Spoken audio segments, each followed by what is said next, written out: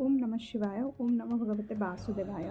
तो आपण मैंने बहुत जन होइथिबे बहुत जन थिबे जो मैंने सकाळ उठिकी आगे ठाकुरंक नाँ को फास्ट मन पकईकी उठंती आ बहुत जन होइथिबे जो मैंने सकाळ उठिकी ठाकुरंक नाँ मन न पकईकी डायरेक्टली उठी जाती।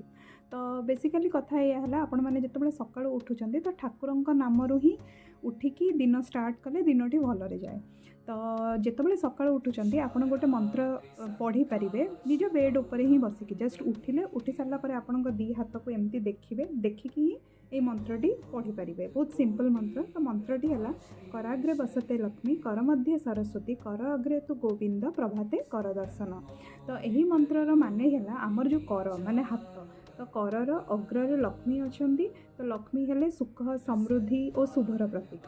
करर मध्य है सरस्वती अछंती। सरस्वती हेले बुद्धिदाता विद्यादाता तो आमको सक्सेस दियंती। तो सी हेले सरस्वती हाथर ये मिडिल अछंती। कर अग्र गोविंद अछंती। गोविंद हेले जी संरक्षक आम मानकर आउ जी धर्मर प्रतीक। तो यह कह जाए जे आपण जदि सकाळु उठिकी आगे निजर कर को दर्शन करती तो से कर आमको लक्ष्मी सरस्वती और गोविंदंकर दर्शन हुए आउ आमर दिनटी भल जाए। तो आपण मैंने यही मंत्रटी पढ़ी पारे एवरीडे सकाळु उठिकी। तो आशा करुच्ची भल लगी। Thank you.